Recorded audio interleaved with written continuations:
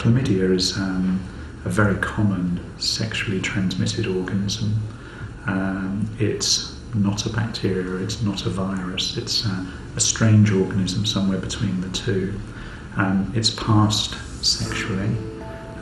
It's of extremely high prevalence in sexually active populations, particularly in young populations, but we are also seeing more chlamydia in men and women in their 40s than we've seen previously in the UK. In fact, chlamydia is the most commonly diagnosed bacterial sexually transmitted disease in the UK. In 2005, over 109,000 cases were diagnosed in genito-urinary medicine clinics up and down the country.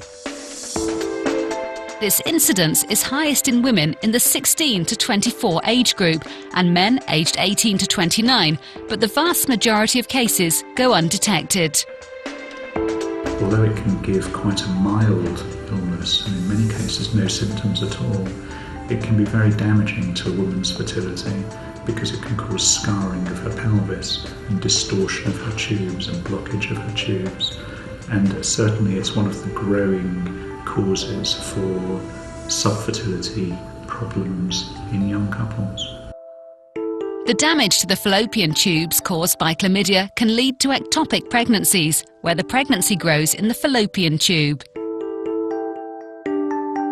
You see all the stuff in the media about chlamydia rising, the rates of chlamydia rising, young girls developing chlamydia, not knowing they're at really high risk of sort of developing an ectopic because the fallopian tubes are really delicate, they're very delicate little tubes with lots of little hairs which waft the egg down, and if they're damaged in any way it can cause ectopic pregnancy because you haven't got those delicate hairs wafting the egg down and the fertilised egg down to the uterus.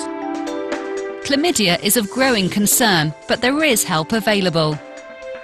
There's a national screening programme for chlamydia, and as well as being screened in various family planning clinics, various sexual health clinics, there's also opportunistic screening within maternity services and gynaecology services.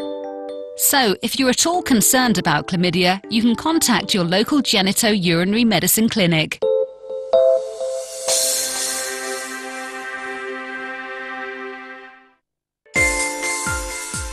After you've had your baby, it takes a while for your hormones to return to normal. If you're breastfeeding your baby, you may not have a period for several months, if at all, until after you've stopped.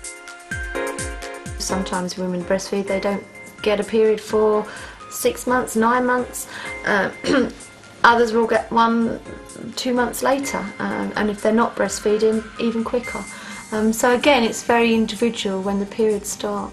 I think for me it was about 9 or 10 months after actually having periods because I was breastfeeding. About 2 months ago. My baby's 1 now, so that's probably after about 10 months, but then I was breastfeeding. I stopped breastfeeding after 6 months, and I think even sort of like 2 or 3 months after that, before my periods came, yeah. When they returned, it was a real shock to the system because after 9 months of being pregnant and then 9 months of feeding him, you know, it's like, oh, they return and they're horrible, but that's it really. I had a very little one when Kit was 4.5 months old, which was last month, and yesterday, which is really fun, and I'm not looking forward to going through the rest of my life having them now. They came back normal, you know, they weren't any heavier or any lighter, it was just kind of, yeah, and they were regular as well. I've been pretty spot on ever since, so yeah, it's fine. Shortly after giving birth to Zane, Denise fell pregnant again with Kit. She was still breastfeeding Zane and her periods hadn't returned. I've been like, what, 2 years without one.